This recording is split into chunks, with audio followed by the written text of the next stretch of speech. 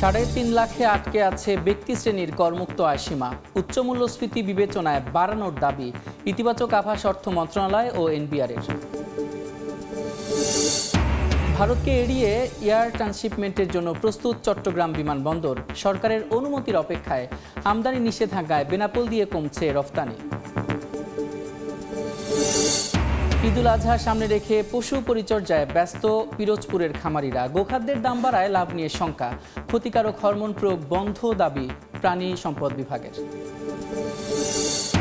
ফলন ভালো হলেও চাষির মুখে নেই হাসি। পটুয়াখালীতে শ্রমিক সংকট এবং অতিরিক্ত গরমে খেতেই নষ্ট হচ্ছে মুগ ডাল।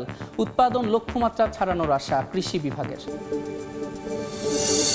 এবং বাজারের ওপর ছেড়ে দেওয়ায় বাড়তে শুরু করেছে মুদ্রা বিনিময় হার। ডলার বিক্রি হচ্ছে ১২২ টাকা ৭৮ পয়সায়। বেড়েছে অন্যান্য বিদেশি মুদ্রার দামও।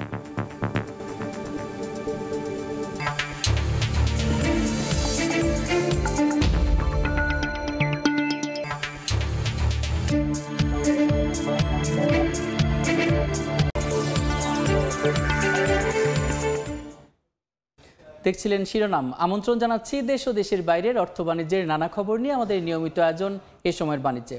আপনাদের সঙ্গে আছি আমি সাদিক হাসান ইমন।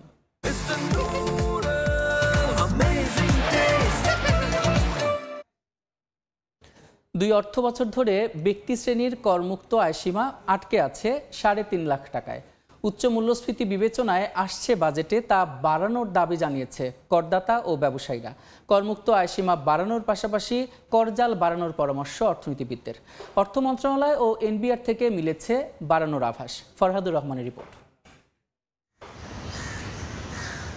সর্বশেষ ২০২৩-২৪ অর্থবছরে বার্ষিক করমুক্ত আয়সীমা ৩ লাখ টাকা থেকে বাড়িয়ে ৩.৫ লাখ টাকা করে সরকার। চলতি অর্থবছরেও একই রাখা হয় এই সীমা। সেই হিসাবে ব্যক্তির মাসিক আয় ২৯,১৬৭ টাকা হলে গুনতে হয় ৫% আয়কর। বর্তমান উচ্চ মূল্যস্ফীতির বাজারে করসীমা নিয়ে অসন্তোষ সাধারণ মানুষের। বাজেটে সীমা বাড়ানোর দাবি তাদের। খাওয়া ঘর ভাড়া এগুলো সবকিছু অ্যাডজাস্ট মিলাইলে আপনার অবশিষ্ট কিছুই থাকে না, তাহলে ট্যাক্স দিবে কোথা থেকে? ৩.৫ লাখ টাকা করে যে এখন যে ট্যাক্স অ্যালাউন্সের পার্টটা, এটা মানে খুবই কম। এটা আমার মনে হয় আরও বাড়ানো উচিত। মানুষের আয়ের সাথে ব্যয়ের যে তুলনা, এই তুলনা করতে গেলে ৫ লাখ টাকা যদি ঊর্ধ্বে করা হয় তাহলে হয়তো মানুষের এক্সপেকটেশনের একটা প্রত্যাশা এটা আমরা করতে পারি আর কি। এনবিআরের তথ্য, বর্তমানে ১,১১,০০,০০০ শনাক্তকরণ নম্বর বা টিএনআইধারী আছেন। যদিও চলতি অর্থ বছরে এখন পর্যন্ত ৪০ লাখ করদাতা রিটার্ন দিয়েছেন। ব্যবসায়ীরা বলছেন করমুক্ত আয়সীমা বাড়ানোর পাশাপাশি করজাল বাড়াতে সরকারকে উদ্যোগী হওয়া দরকার। অল্প সংখ্যক করদাতা যারা রেগুলার কর দেন তাদের উপরে যদি করের বোঝা আরও বাড়ান, তাহলে যেটা হবে তাদের বিনিয়োগ সক্ষমতা কমে আসবে এবং অর্থনীতির যে সবচেয়ে গতিশীল যে অংশটা তাকে আপনি দমিয়ে দিবেন। করদাতার সংখ্যা যদি এখন ধরেন ৪০ লাখ আছে, এটাকে যদি ১ কোটি করা যায় কিংবা ৯০ লাখও করা যায়, তাহলেও কিন্তু আপনার ট্যাক্স রেট না বাড়িয়েও কিন্তু সরকারের রাজস্ব আয় অনেকখানি বাড়বে। এদিকে এনবিআর ও অর্থ মন্ত্রণালয় সূত্র বলছে আগামী বাজেটে ব্যক্তিশ্রেণীর করমুক্ত আয়সীমা ৩.৫ লাখ টাকা থেকে বাড়িয়ে করা হতে পারে ৪.৫ লাখ টাকা। দেশের অর্থনৈতিক পরিস্থিতি সামনে এনে করমুক্ত আয়সীমা বাড়িয়ে অন্তত ৫ লাখ টাকা করার পরামর্শ এই অর্থনীতিবিদের। ইন্ডিয়াতে কিন্তু গত বছর করমুক্ত আয় ৫ লাখ থেকে ১২ লাখ রুপিতে উন্নীত করছে। সেখানে আমরা ৩.৫ লাখ টাকা, গত কয়েক বছর থেকে মূল্যস্ফীতির যে অবস্থাটা ৯%-এর উপরে ১০%-এর কাছাকাছি, সে জায়গায় আমি মনে করি সীমাটা ৫ লাখ টাকা পর্যন্ত হওয়া উচিত।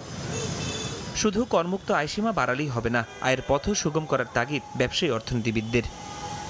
ফরহাদুর রহমান, সময় সংবাদ, ঢাকা। এ বিষয়ে আলোচনার জন্য আমাদের সঙ্গে ভার্চুয়ালি যুক্ত আছেন বাংলাদেশ উন্নয়ন গবেষণা প্রতিষ্ঠান BIDS এর সাবেক মহাপরিচালক ডক্টর মুস্তফা কে মজুরি। ডক্টর মুস্তফা মজুরি, এ সময়ের বাণিজ্যে আপনাকে স্বাগত। ধন্যবাদ আপনাকে।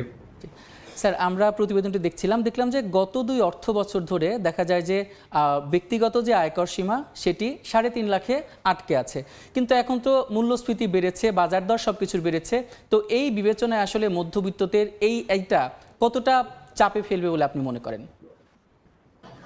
অবশ্যই একটা জিনিস তো অত্যন্ত পরিষ্কার যে বিগত ২ বছরের অধিক সময় ধরে এই যে উচ্চ মূল্যস্ফীতি চলছে দেশে, তারপরে কিন্তু সমস্ত পরিবারই, বিশেষ করে মধ্যবিত্ত, নিম্ন মধ্যবিত্ত এবং যারা দরিদ্র পরিবার, সকলেই কিন্তু এখন নাভিশ্বাস উঠে গেছে সবার মধ্যেই।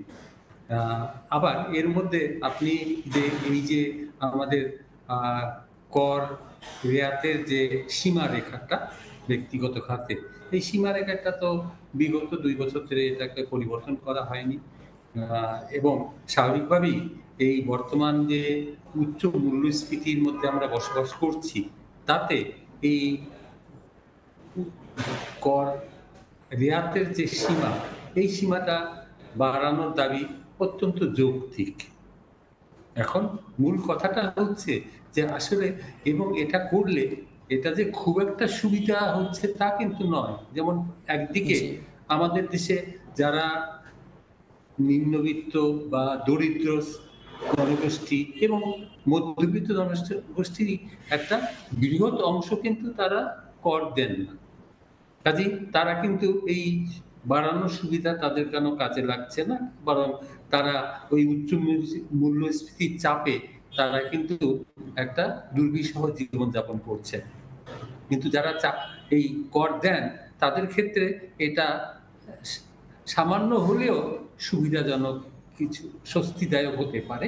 কাজেই আমার মনে হয় বর্তমান মূল্যস্ফীতির প্রেক্ষাপটে এটাকে গভীরভাবে এটাকে চিন্তা করে দেখা উচিত, এবং কর যে সীমারেখাটা রয়েছে কর অব্যাহতির, এটা বৃদ্ধি করা আমার মনে হয় খুবই যৌক্তিক একটা দাবি হিসেবে বিবেচনা করা যেতে পারে। জি, আসলে দেখলাম যে এনবিআর সূত্রে জানা গেছে যে এবার আসলে ব্যক্তিগত করমুক্ত সীমা 4.25 লাখ টাকা করা হবে। আবার যে অর্থনীতিবিদ এবং ব্যবসায়ীরা বলছেন যে এটা 5 লাখ টাকা মানে করলে ভালো হয়। তো আপনার কাছে যদি জানতে চাই আসলে এই সীমাটা কত হলে ভালো হবে? আসলে 4.25 লাখ টাকা বৃদ্ধি, এটা এমন কিছু তার ফলে তাদের জন্য যে কোনো স্বস্তিদায়ক হবে এটা কিন্তু নয়। কাজেই এখন আসলে মূল কথাটা হচ্ছে কি, যে আমরা এই মূল্যস্ফীতির লাগাম না ধরতে পারি, তাহলে এই ধরনের কোনো ব্যবস্থা কিন্তু আমাদের ব্যর্থতা তা রয়ে গেছে। যে আমরা এখন পর্যন্ত যে নীতিগুলো নিয়েছি, কোন নীতি কার্যকরভাবে আমাদের মূল্যস্ফীতিকে নিয়ন্ত্রণ করতে হয়নি, মূল্যস্ফীতি কমাতে সক্ষম হয়নি। কাজেই সে দিকটাকে আমাদের মনে হয় বেশি গুরুত্ব দিতে হবে, যে কিভাবে এবং কত দ্রুত আমরা মূল্যস্ফীতি কমিয়ে আনতে পারি। আর এই কর যে সীমা রেখাটা, এই রেখাটা আরেকটু বেশি করা উচিত, কারণ এই যে সামান্য বৃদ্ধিতে এতে তেমন কিছু উপকার বয়ে আনবে বলে মনে হয় না। কাজে সম্ভবপর হলে এটাকে আরো কিছুটা বৃদ্ধি করার প্রচেষ্টাটা নেওয়া উচিত বলেই মনে করি। জি, সে দেখা যাচ্ছে যে এখন মানে এই যে ব্যক্তিগত যে করমুক্ত এইটার বাড়ানোর কথা বলা হচ্ছে, কিন্তু কর্মসংস্থান বৃদ্ধি পাচ্ছে না। কিন্তু কর্মসংস্থান বৃদ্ধি যদি না করা হয়, তাহলে এই যে ব্যক্তিগত করমুক্ত সীমা সেটা যদি বাড়ানো হয়, তাহলে মানুষ আসলে কতটুকু সুবিধা ভোগ করতে পারবে এবং কতটুকু উন্নয়ন হবে বলে আপনার মনে হয়? জি,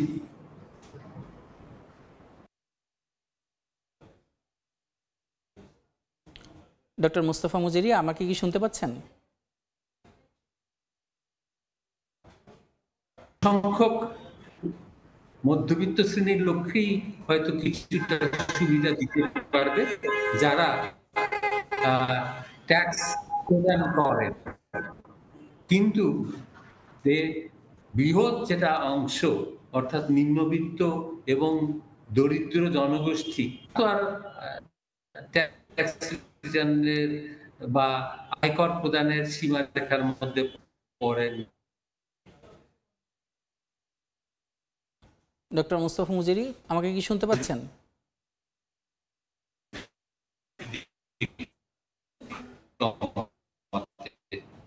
এই ব্যর্থতা দ্রুততার সঙ্গে তাদের কাটিয়ে ওঠার জন্য প্রয়োজনীয় যে নীতি, সেগুলো নেওয়া অত্যন্ত জরুরি হয়ে পড়েছে। ডক্টর মুস্তাফা মুজিরি, অসংখ্য ধন্যবাদ এই সময়ের বাণিজ্যে আমাদের সঙ্গে যুক্ত হওয়ার জন্য। জি,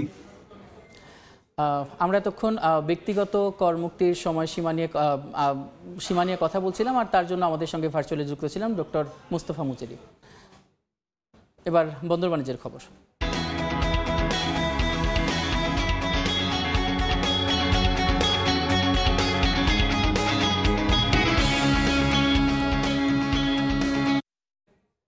ভারতকে এড়িয়ে এয়ার ট্রান্সশিপমেন্টের মাধ্যমে ইউরোপ আমেরিকার ক্রেতার কাছে তৈরি পোশাক পাঠানোর সব ধরনের প্রস্তুতি সম্পন্ন করেছে চট্টগ্রামের শাহ আমানত বিমানবন্দর। সরকারের অনুমতি পেলে চলতি মাসেই শুরু হবে এয়ার শিপমেন্ট। চট্টগ্রাম শাহ আমানত বিমানবন্দরের কার্গো ভিলেজের দুটি স্ক্যানার মেশিনে এখন সচল। প্রতিনিয়ত কর্মকর্তারা সেগুলোর পরীক্ষা নিরীক্ষা চালিয়ে যাচ্ছেন। খালি করে রাখা হয়েছে 170 এবং 120 মেট্রিক টন পণ্য ধারণ সক্ষমতার দুটি ওয়্যার হাউস। ওয়েট মেশিন সহ প্রয়োজনীয় যন্ত্রপাতিও স্থাপনের কাজ শেষের পথে। দ্বিপাক্ষিক একটা মিটিং হয়েছে সিভিল এভিয়েশনের সঙ্গে, তারা এখানে বড় আকারে শুরু করতে চায়। তারা আমাদের ইনফ্রাস্ট্রাকচার দেখে গিয়েছে এবং তারা আমাদের কিছু পয়েন্ট দিয়েছে, ওই কাজগুলি হওয়ার পর হয়তো বা তারা শুরু করবে।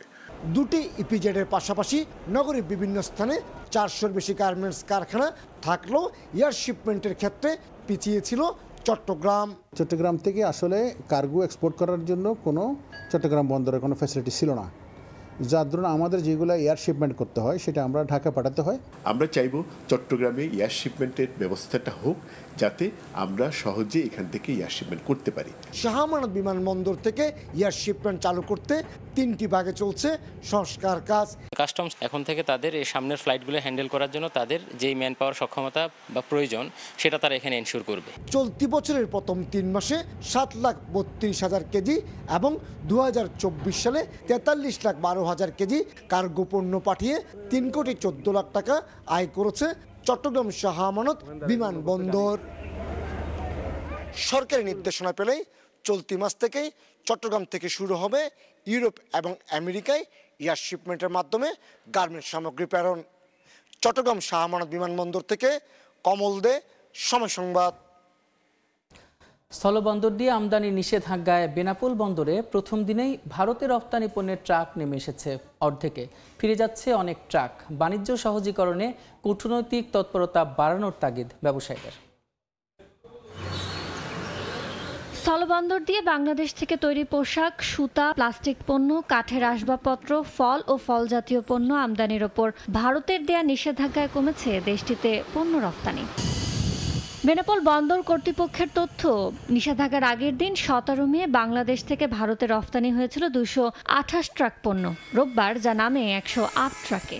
আগের যে গার্মেন্টস যেগুলো ছিল, এই গার্মেন্টসগুলো এখন ইন্ডিয়ায় যাচ্ছে, কিন্তু নতুন করে কোনো গার্মেন্টস আর এখন ইন্ডিয়া বলছে আর নেব না। এই অবস্থায় দুই দেশের বাণিজ্যিক কার্যক্রম স্বাভাবিক করতে সরকারের কূটনৈতিক তৎপরতা বাড়ানোর দাবি ব্যবসায়ীদের। বারবার এরকম হঠাৎ যে সিদ্ধান্ত হচ্ছে, এক্ষেত্রে দুই দেশের বাণিজ্যিক সম্পর্কে একটা বড় ক্ষতি হচ্ছে। এটা শুধু বাংলাদেশের নয়, ভারতেরও ক্ষতি হচ্ছে। এর আগে গেল 8 এপ্রিল বাংলাদেশের ট্রান্সশিপমেন্ট সুবিধা বন্ধ করে দেয় ভারত। সময় সংবাদ, বেনাপোল। এবার জানাবো পুঁজিবাজারের খবর। সূচকের মিশ্র প্রবণতা দিয়ে চলছে প্রধান পুঁজিবাজার। ঢাকা স্টক এক্সচেঞ্জ ডিএসির লেনদেন। সবশেষ বাজার পরিস্থিতি জানাতে সরাসরি নিয়ে যাচ্ছি ডিএসি ওয়েবসাইটে। তো আমরা গত 4 কার্যদিবসের কথা যদি বলি, তাহলে এই 4 কার্যদিবসেই কিন্তু শেয়ার বাজারের লেনদেন ছিল 300 কোটি টাকার নিচে। এবং গতকালকের কথা যদি আমরা বলি, তাহলে গতকালকে কিন্তু 3টি সূচকই নিম্নমুখী প্রবণতার মধ্য দিয়ে গিয়েছে। আজকে দেখতে পাচ্ছি ঢাকা স্টক এক্সচেঞ্জের প্রধান সূচক ডিএসি এক্স ইন্ডেক্স, সেটি দেখতে পাচ্ছি ঊর্ধ্বমুখী প্রবণতায় রয়েছে এবং এটি 8 পয়েন্ট বেড়ে এখন অবস্থান করছে 4800 পয়েন্টের কাছাকাছি। এবং সরিয়া সূচক ডিএসি এস ইন্ডেক্স যদি দেখি, তাহলে 2.6 বেড়ে এখন অবস্থান করছে 1048-এর কিছুটা বেশি। এবং বাছাইকৃত সূচক কিন্তু আজকে নিম্নমুখী প্রবণতায় রয়েছে। ডিএস30তে দেখতে পাচ্ছি প্রায় 2 পয়েন্ট হারিয়ে এখন অবস্থান করছে 1778 পয়েন্টের কিছুটা বেশি।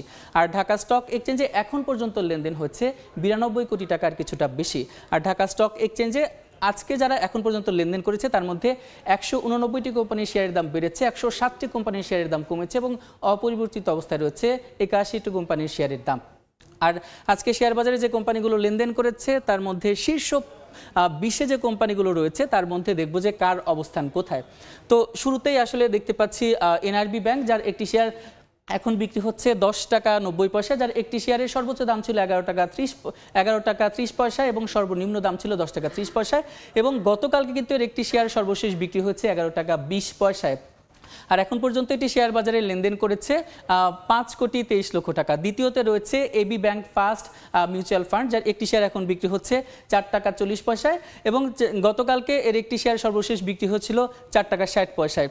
এবং তৃতীয় অবস্থানে রয়েছে বীজ হ্যাচারি লিমিটেড, যার একটি শেয়ার এখন বিক্রি হচ্ছে 44 টাকা 50 পয়সায়। তারপরে রয়েছে সোনারগাঁও টেক্সটাইল, যার একটি শেয়ার বিক্রি হচ্ছে 33 টাকা 50 পয়সায়। তারপরেই কিন্তু পঞ্চম অবস্থানের কথা যদি বলি তাহলে রয়েছে first Bangladesh fixed income fund, যার একটি শেয়ার এখন বিক্রি হচ্ছে 3 টাকা 50 পয়সায়। তো ঢাকা স্টক এক্সচেঞ্জে শীর্ষ 20 যে কোম্পানিগুলো রয়েছে তার মধ্যে শীর্ষ 5-এ যারা রয়েছে তার মধ্যে কিন্তু দেখতে পাচ্ছি যে ব্যাংক খাত এ সময়ের বাণিজ্য।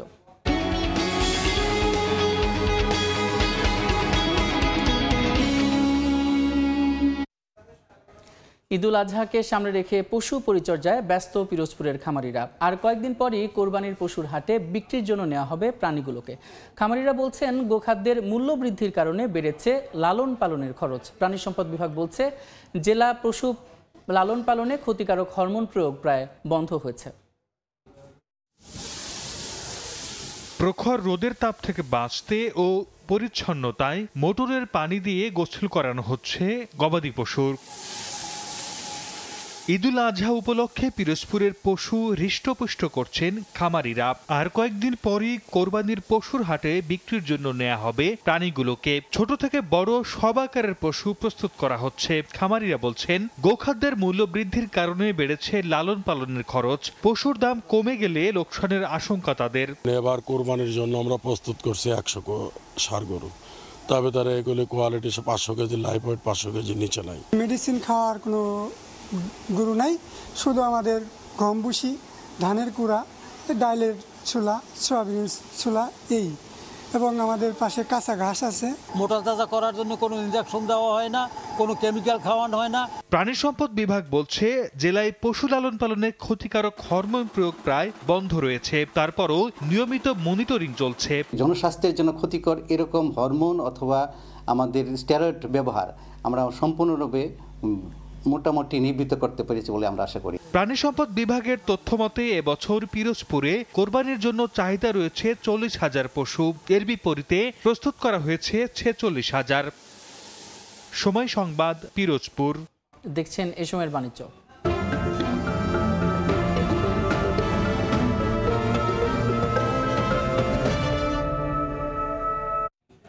পটুয়াখালীতে মুগ ডালের বাম্পার ফলন হয়েছে, তবে শ্রমিক সংকট আর অতিরিক্ত গরমে ফসল ঘরে তুলতে পারছে না কৃষক।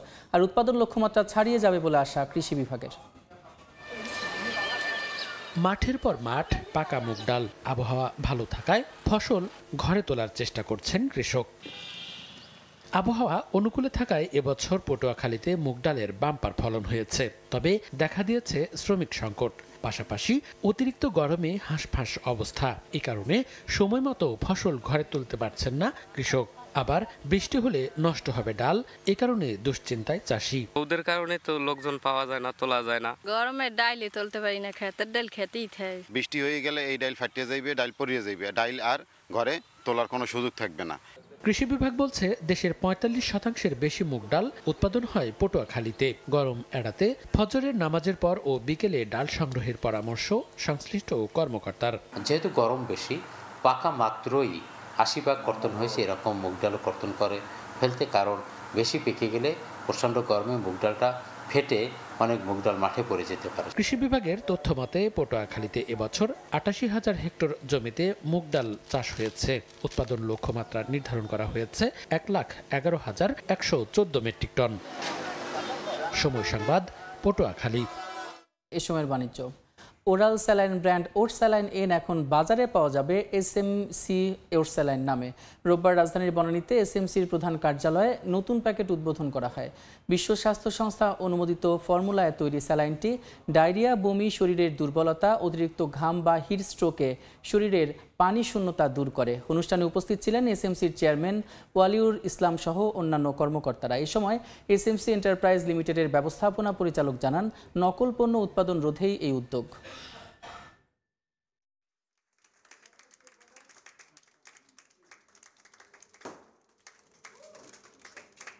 এই উল্লেখযোগ্য মাইলস্টোনের সাথে আসলে আমাদের যে ফ্ল্যাগশিপ প্রোডাক্ট, আপনি যদি আমরা আজকে মার্কেটে যাই, এসএমসি এবং ওটস স্যালাইন আসলে মার্কেটে কিন্তু সাধারণ মানুষের কাছে সমার্থক।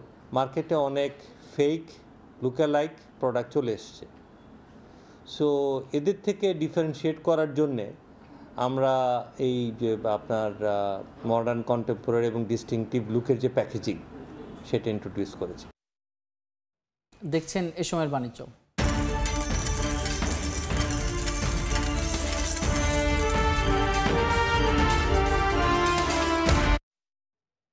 মুদ্রা বিনিময় হার বাজার ভিত্তিক করার প্রভাব পড়তে শুরু করেছে। রোববার টাকার বিপরীতে আন্তঃব্যাংক ডলার বিনিময় হার বেড়ে হয়েছে 122 টাকা 78 পয়সা। এছাড়া প্রধান মুদ্রাগুলোর মধ্যে বেশিরভাগেরই দাম বেড়েছে। আন্তর্জাতিক মুদ্রা তহবিল IMF এর শর্ত অনুসারে বাংলাদেশ ব্যাংক মুদ্রা বিনিময় হার বাজার ভিত্তিক করার সিদ্ধান্তের পর কিছুটা ঊর্ধ্বমুখী বৈদেশিক মুদ্রার দাম। কেন্দ্রীয় ব্যাংকের তথ্য বলছে, সপ্তাহের দ্বিতীয় কার্যদিবস রোববারে টাকার বিপরীতে আন্তঃব্যাংক ডলারের বিনিময় হার ছিল 122 টাকা 78 পয়সা। এর আগে শনিবার সর্বোচ্চ দর ছিল 122 টাকা 60 পয়সা।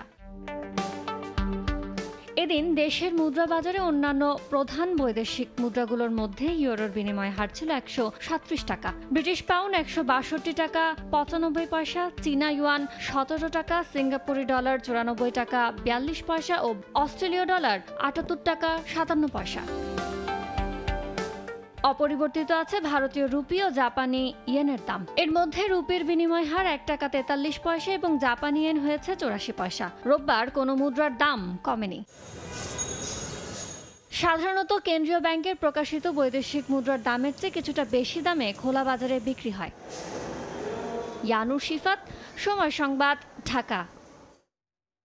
এক দশক পর ইরানি হজ যাত্রীদের জন্য ফ্লাইট চালু করেছে সৌদির ফ্লাইনাস এয়ারলাইন্স। রিয়াদ তেহরান সম্পর্কের বরফ গলার পথে এই ঘটনাকে ঘিরে এমনটাই দাবি বিশ্লেষকদের। ফ্লাইনাস ফ্লাইট বর্তমানে সরাসরি ইরান থেকে হাজার হাজার যাত্রীকে মক্কায় নিয়ে যাচ্ছে। প্রায় এক দশক পর ইরানের আকাশে দেখা গেল সৌদি ফ্লাইনাস এয়ারলাইন্সের ফ্লাইট। তবে এটি ছিল একেবারে ভিন্নধর্মী এক ফ্লাইট, যা শুধুই হজ যাত্রীদের জন্য। স্থানীয় সময় শনিবার ইরানের তেহরানের ইমাম খোমেনি আন্তর্জাতিক বিমানবন্দর থেকে সৌদি উড়োজাহাজ সংস্থা ফ্লাইনাসের ফ্লাইট রওনা দেয় পবিত্র ভূমির পথে। সব মিলিয়ে 35,000-এর বেশি ইরানি হজযাত্রী এবার সৌদি আরবে যাচ্ছেন এই রুটেই। সৌদি বেসামরিক বিমান চলাচল কর্তৃপক্ষের এক কর্মকর্তা জানিয়েছেন, ফ্লাইটগুলো সম্পূর্ণভাবে হজ যাত্রীদের জন্য বরাদ্দ, কোনো বাণিজ্যিক উদ্দেশ্য নেই এতে।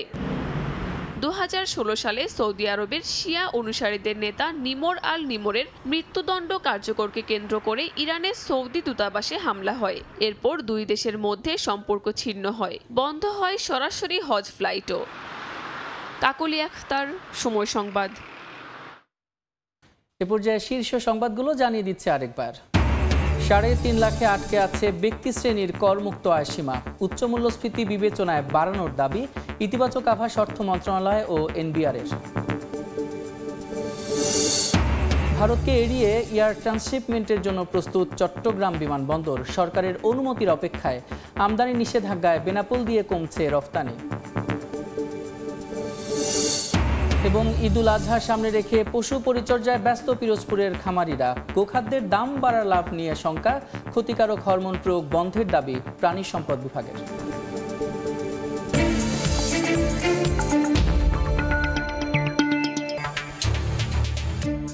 এই ছিল এই সময়ের বাণিজ্যে, সঙ্গে থাকুন সময়ের।